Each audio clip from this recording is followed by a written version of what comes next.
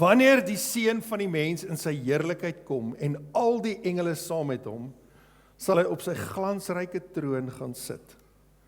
Al die nasies sal voor hom byeengebring word en hy sal hulle van mekaar skei, soos 'n herder die skape van die bokke skei. Die skape sal hy aan sy regterhand laat staan en die bokke aan sy linkerhand. Dan sal die koning vir die aan sy regterhand sê, julle geseëndes van my Vader, kom beerf die koninkryk wat vir julle gereed gemaak is van die grondlegging van die wêreld af. Want ek was honger en julle het vir my iets te ete gegee, ek was dors en julle het vir my iets te drinke gegee, ek was 'n vreemdeling en julle het vir my as 'n gas verwelkom, ek was 'n naakend en julle het my geklee, ek was siek en julle het my versorg, ek was in die tronk en julle het my besoek. Dan sal die regverdiges hom antwoord, Here, wanneer het ons u honger gesien en gevoed of dors en iets te drinke gegee? En wanneer het ons as 'n vreemdeling gesien en u as 'n gas verwelkom, nakend en u geklee? En wanneer het ons u siek of in die tronk gesien en u besoek? Maar die koning sal vir hulle sê, Amen, ek sê vir julle, wat julle ook al vir een van hierdie geringste broers van my gedoen het, het julle vir my gedoen. Dan sal hy vir die aan sy linkerhand sê, gaan weg van my, julle vervloektes, in die ewige vuur, wat gereed gemaak is vir die duiwel en sy engele. Want ek was honger en julle het my nie iets te ete gegee nie, dors en julle het my nie iets te drinke gegee nie, ek was 'n vreemdeling en julle het my nie as 'n gas verwelkom nie, nakend en julle het my nie geklee nie, siek en in die tronk en julle het my nie besoek nie. Dan sal hulle antwoord, Here, wanneer het ons u honger gesien of dors of 'n vreemdeling nakend of siek of in die tronk en u nie versorg nie? Dan sal hy hulle antwoord, Amen, ek sê vir julle wat julle vir een van hierdie geringstes nie gedoen het nie, het julle ook nie vir my gedoen nie. Hierdie mense sal weggaan na die ewige straf, maar die regverdiges na die ewige lewe. Ons is in Jesus Stories deel 62 en ons praat van Jesus. Sy doel vir jou lewe is dat jy hom sal ken. En hoe leer jy iemand ken? Deur te kyk na wat hy gedoen het en wat hy gesê het. As jy iemand ontmoet en die persoon is vir jou lekker, is dit omdat hy iets gesê het of gedoen het wat vir jou lekker was. En deur Jesus dop te hou en te luister na wat hy sê, kyk wat hy doen, is hoe jy hom ken. En wat het hy gesê en wat het hy gedoen? Hy het net gesê wat sy Vader gesê het en hy het net gedoen wat sy Vader gedoen het. Om gered te wees is sinoniem met ken die Here. Ons almal kan sê ons ken mense. Is mense kennisse of ken jy hulle regtig? Jy moet tyd saam met iemand spandeer om hom te ken. Kan jy vanoggend sê ek ken die Here? Hoe goed ken jy hom regtig? Jesus was hier om ons aan hom voor te stel. Nou voor ek vir julle vanoggend se skrifgedeelte verduidelik, wil ek net gou eers hieroor praat, naaste liefde. Naaste liefde is 'n opdrag in ons Bybel.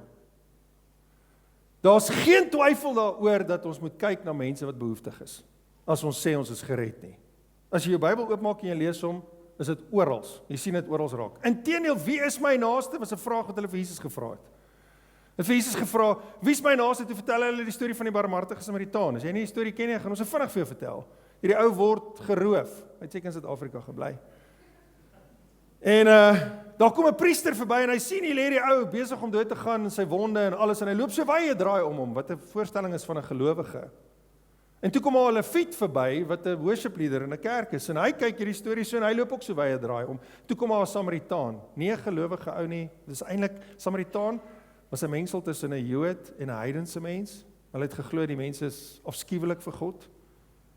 En hy kom en hy help hierdie ou. Hy versorg sy wonde, hy laai hom by 'n herberg af, hy betaal sy verblyf, hy gaan weg, hy sê vir die herberg, luister, as daar nog iets is, ek kom weer hier verby, dan sal ek dit ook betaal. Help hierdie ou klaar. Hierdie storie van vanoggend het niks met dit uit te waai nie. En ek sê dit spesifiek, want ek het al soveel mense gehoor hierdie storie vertel, wat ek sopas vir jou gelees het, asof dit naaste liefde is, waarvan Jesus hier praat. Dis glad nie waarvan hy hier praat nie. En hou dit in gedagte terwyl ons hierdie storie deurwerk. Ek sê weer eens, daar's geen twyfel daaroor, dat ons na behoeftige mense om ons moet kyk nie. Maar wat sê Jesus in hierdie, wat die opskrif van is, die profetiese reding, skeiding by die oordeel. Wel, wat ons gehoor het vanoggend, is ons gaan almal voor God staan. Niemand gaan nie voor God staan nie. En daar's een ding wat vir Jesus gaan belangrik wees wanneer ons voor hom gaan staan. En dis wat hy in hierdie storie vir ons probeer vertel. Nou vinnig 'n bietjie konteks. Dis Woensdag aand. Jesus is besig met sy laaste paar paragrawe voor hulle gaan slaap. Môre is Donderdag, hy word Vrydag gekruisig.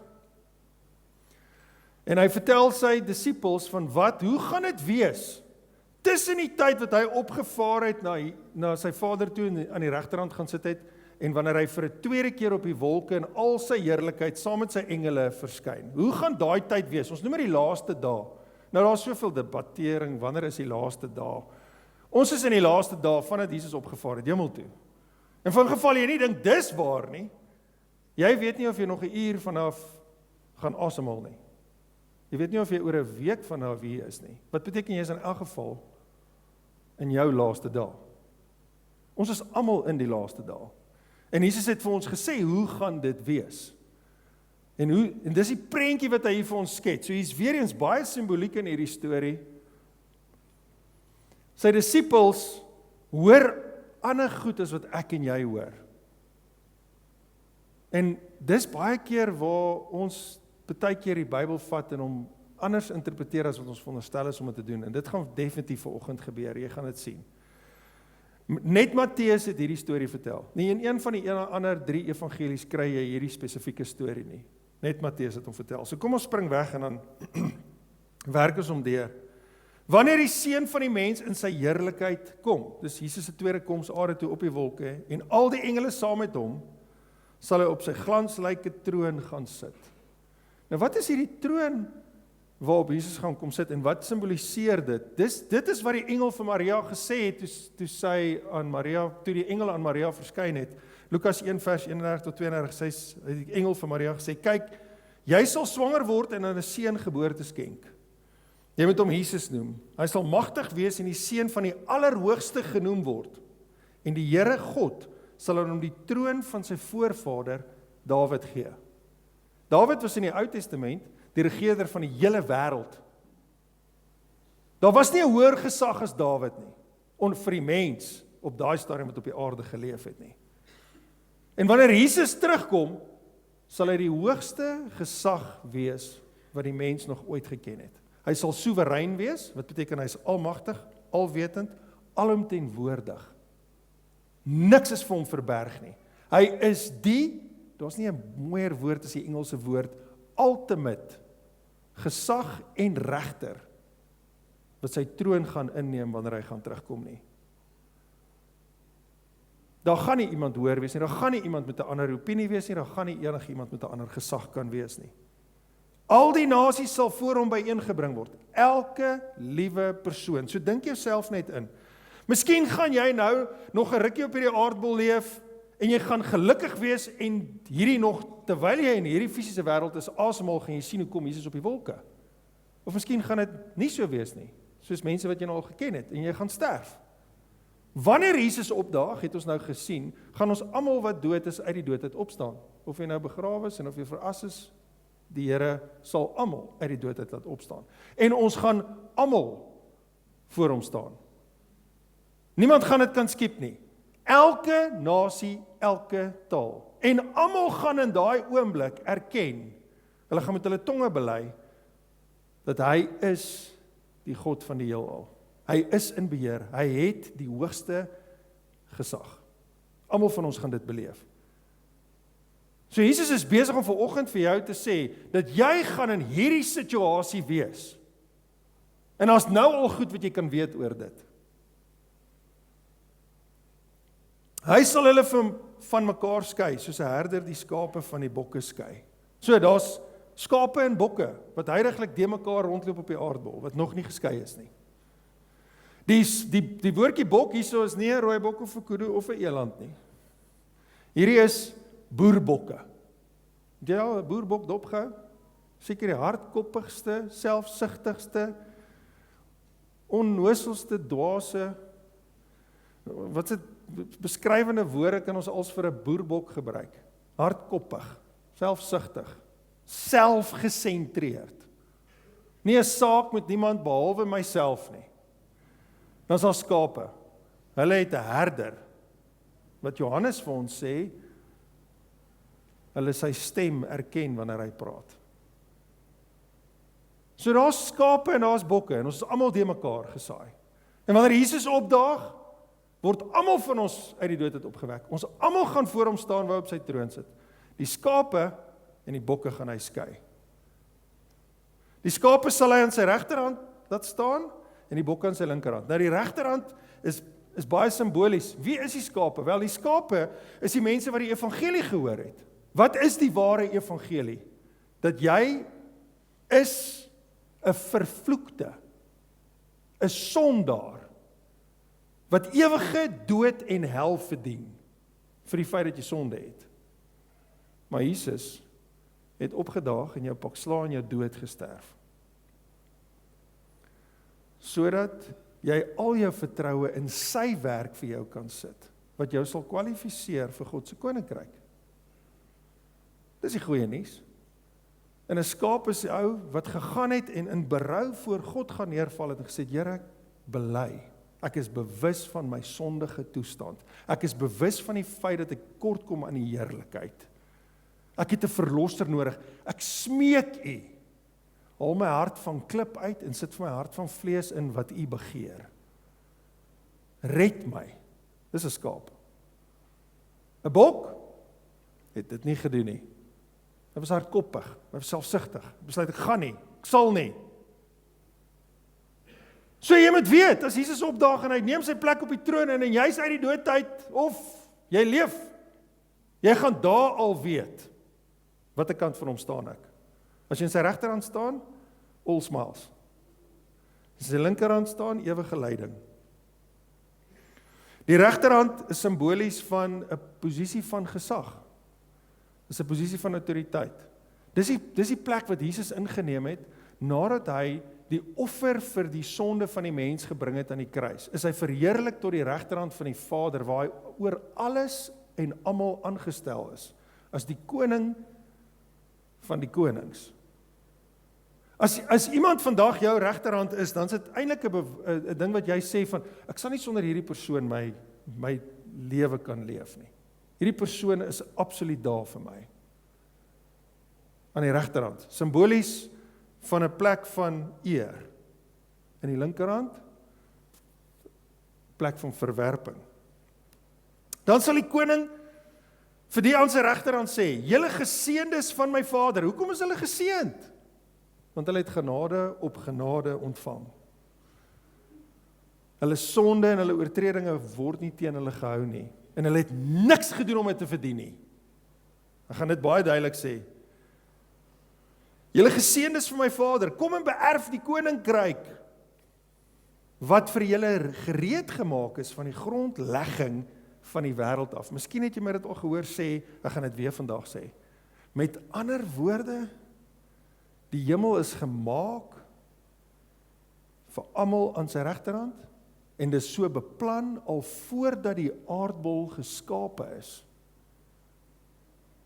Mense vra partykeer vir my, die Here was seker teleurgesteld met Adam en Eva, toe hulle in die perfekte omgewing vir hulle sit en hulle hap daai appel, toe moes hy vinnig spring en 'n plan maak. Dit was nie so nie. Nie as jy hierdie skrifvers lees nie. Want nog voor die grondlegging van die aarde het die Here geweet wat gaan gebeur. Dink jy regtig hy het nie geweet? 'n alwetende soewereine God het nie geweet wat die mens gaan doen nie. Inteendeel, ek hou daarvan om dit so te beskryf. Die Here het met sy seun, God die Vader het met God die seun 'n gesprek gehad en hom gesê, sal jy vir hulle gaan sterf? En hy gesê, ja pa. Toe sê hy, laat daar lig wees. Want dit is so beplan. En hy het dit voorberei vir elke geredde. En dan sê hy vir hulle, hoekom hulle die koninkryk van God beerwe? Want ek was honger, en julle het my iets te eet gegee. Ek was dors, en julle het my iets te drink gegee. Ek was 'n vreemdeling, en julle het my as 'n gas verwelkom. Dis nie omdat jy dit gedoen het, dat jy die koninkryk van God beerwe nie. Dis omdat jy in my regterhand staan, dat jy jou geloof en jou vertroue in my gesit het, en die effek daarvan was dit. Jy kan nie jou plek hemel toe verdien nie. Dan het Jesus vir geen rede aan 'n kruis gesterf nie. Geen mens kan nie. Dis 'n genadegawe. En die spontane effek daarvan in jou lewe. Daar was ouens wat honger is en ek het hulle iets te eet gegee. Daar was ouens wat dors was, ek het hulle iets te drink gegee. Daar was vreemdelinge, ek het hulle as gaste verwelkom. Hulle was naak, ek het hulle geklee, hulle was siek, ek het hulle versorg. Hulle was in die tronk en ek het hulle besoek. Van wie presies praat Jesus hier? Want dis nie jou naaste nie. Dan sal die regverdiges hom antwoord. Die wat regverdig voor God staan. Here, wanneer het ons die honger gesien en gevoed? Jesus, dis so interessant. Wanneer? Wanneer staan uit? Wanneer was jy dors as jy drink? Wanneer was jy 'n vreemdeling en ons het jy as 'n gas verwelkom? Ek bedoel, ek staan vandag vir die heel eerste keer voor die troon en ek sien Jesus Christus in lewende lywe met my eie oë. Dit het nog nooit gebeur nie. Nou vertel hy vir my, ek het vir hom kos gegee en ek het vir hom water gegee en ek het vir hom verwelkom in my huis. Ek het hom versorg toe hy soek was. Wanneer het dit gebeur? Wanneer het ons die siek en ons die tronk gesien en die besoek? Wanneer het dit gebeur? Maar die koning sal vir hulle sê, amen, ek sê vir julle, wat julle ook al vir een van hierdie geringste broers van my doen, het julle vir my gedoen. Daar staan nie wat ook al jy vir jou naaste gedoen het nie, wat 'n groot verskil is van wat hier staan. 'n Geringste is iemand wat baie maklik oorgesien word en geïgnoreer word. Broer beteken hy's God se familie. Hy's 'n geredde persoon. Nou wat spesifiek het Jesus se disippels gehoor toe hy dit gesê het? Jy moet so 'n paar bladsye terugblaai na Matteus 10 toe. Ek lees vir jou. Jesus is besig om sy disippels uit te stuur en vir hulle sê, gaan verkondig die evangelie, gaan vertel vir die mense, ek is hier. Nou moet jy weet, elkeen van sy disippels het hulle lewe neergelê vir hom. Hulle was almal in die visbesigheid, in die visbedryf. Hulle het vis gevang, dis wat hulle verkoop het, dit was hulle inkomste, dit was hulle familie se onderhoud. Hulle het dit neergelê. Jesus het gesê, kom, ek gaan jou 'n visser van mense maak. En hy is besig om sy disippels uit te stuur. En dis hoe dit klink. In Matteus 10, hier van vers 7 af, as jy dit wil gaan lees, tot aan die einde.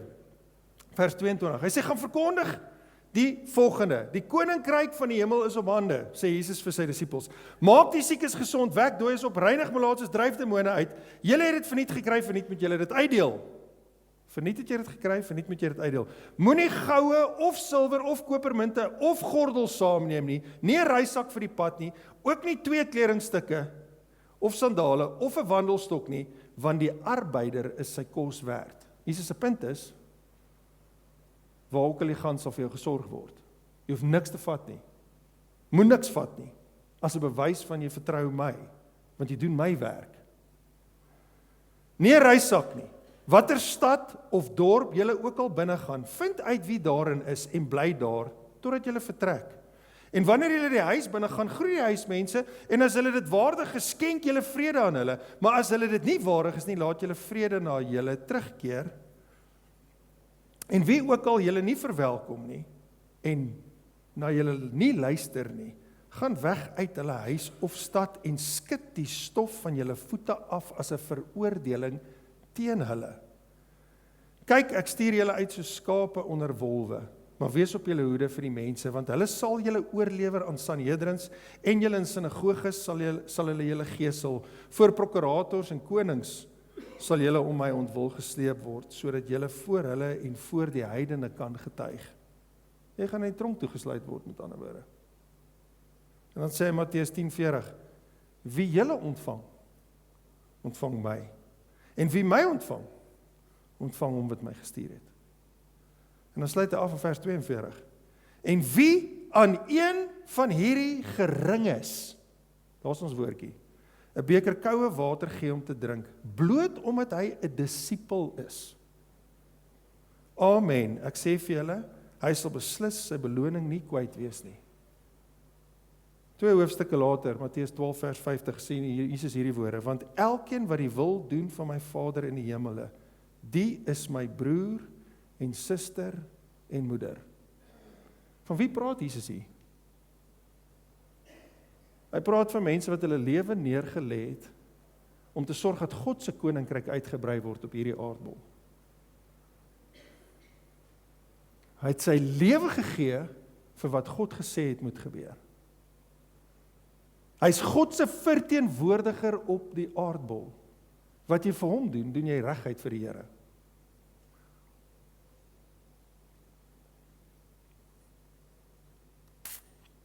Dan sal hy vir die aan sy linkerhand sê, gaan weg van my, julle vervloektes. Hoekom is hulle vervloek? Want hulle was vervloek van die grondlegging van die aarde af. Die Here het vir Adam en Eva gesê, jy mag nie van die vrug eet nie, of jy sal verseker doodgaan. Onthou, daar's 'n vloek uitgespreek deur God oor die aarde en die mens. As gevolg van jou sonde sal jy sterf. Jy sal met jou sweet van jou aangesig gee brood en jou botter. Vrou sal met moeite kinders baar. Die aarde sal dorings en dussels groei. As jy nie 'n geredde van God is nie, is jy vervloekte. As gevolg van sonde. Hierdie ouens was net nog nooit gered nie. Julle vervloektes in die ewige vuur, wat gereed gemaak is, vir die duiwel en sy engele, net soos die hemel gereed gemaak is, van die grondlegging van die aarde af, is die hel gereed gemaak, vir hierdie ouens. As jy wonder, waar kom die hel vandaan, die Here het hom gemaak. Want ek was honger en julle het my nie iets te eet gegee nie. Hierdie is die mense, wat die stof van hulle skoene voorgeskit was. Jy het jou stof van jou skoene afgeskit, die ou wou nie hoor nie. Hy wou nie die evangelie. Onthou jy toe iemand by jou was en vir jou gesê het, jy is 'n vervloekte, jy's vol sonde, jy het verlossing in jou lewe nodig, jy kom kort aan die heerlikheid van die Here, en jy was te trots, jy was te vol opinies, want hy, daai ou wat daar was,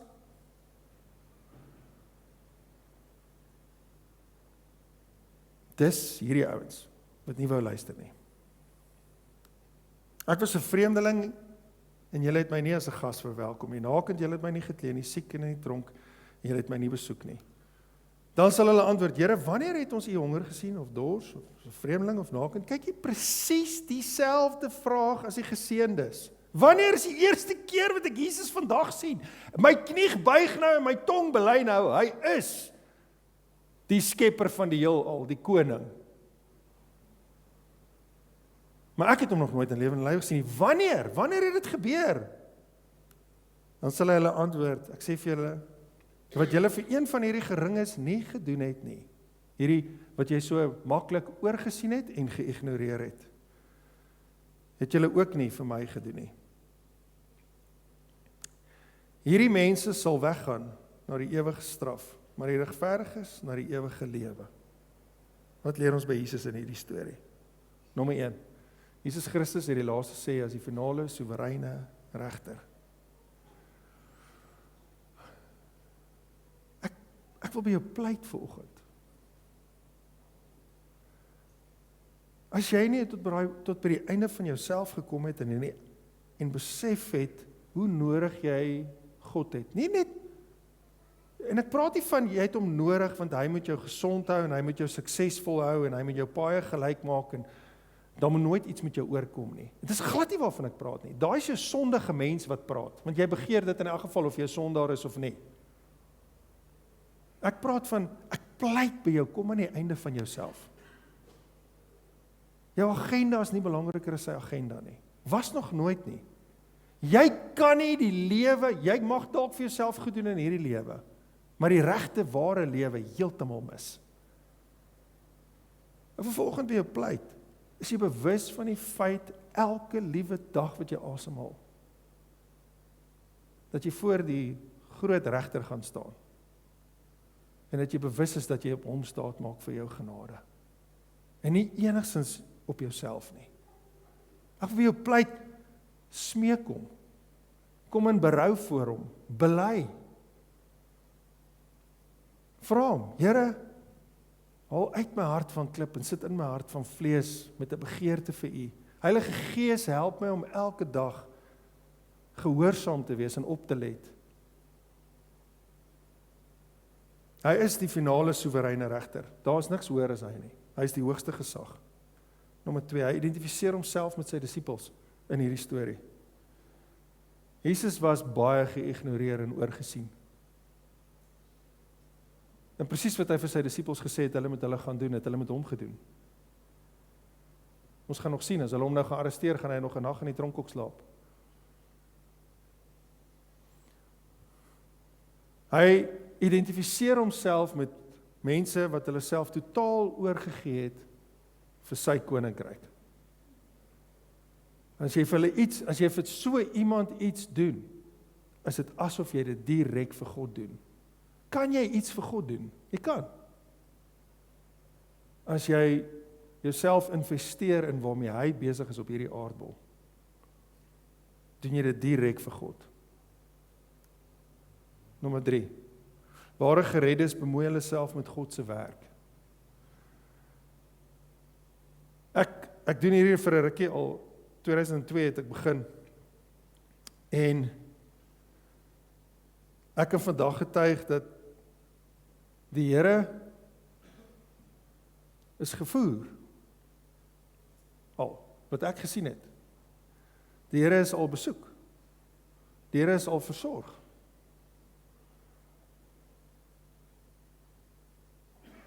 Daar is oorweldigende dankbaarheid, en niks anders kan uit my uitloop, wanneer dit kom by hoe ek sien die Here vir my in my huis al voorsien het nie. En dankie is nie genoeg nie. Dankie voel vir my al so klein, en ek is net altyd oorweldig deur die Here se genade wanneer dit gebeur. En ek wil vanoggend vir jou sê, dat as jy gered is hierdie 'n vrug. Dit red jou nie, dis 'n vrug van die feit dat jy gered is. Jy kan jouself toets, en Jesus het dit oor en oor gesê, Paulus het dit oor en oor gesê, toets jouself. Is ek regtig waar God my wil hê? Is ek regtig besig waarmee God wil hê ek moet besig wees? Toets jouself. Kyk na jou vrug. En laastens, hy is die skepper van die hemel en die hel. Ek dink daai is nogal 'n vreesaanjaende gedagte vir party mense. Hoe kan God die hel geskaap het? Ek bedoel, hy moet hom net altyd nice wees, is dit nie? God kan homself nie assosieer met sonde nie. Dis nie van hy wil nie, hy kan nie. Hy is heilig. Dis hoekom hy God is. So daar sal van nature 'n plek wees vir enige iets wat onheilig is. Kom ons bid saam. Ons Hemelse Vader, ons loof en ons prys U vir U getrouheid. Dankie vir die waarheid. Dankie dat dit reguit insny, Here. Ek wil bid dat U die koning van ons almal se lewens sal wees, dat wanneer ons eendag voor U staan, in U volheid, voor U heiligheid staan, dat ons in U regterhand sal staan. Here, en dat ons onsself sou bemoei het met wat U mee besig is op hierdie aardbol. Meer as enigiets anders. Dat ons in verhouding met U sal wees, en dat ons sal gehoorsaam wees.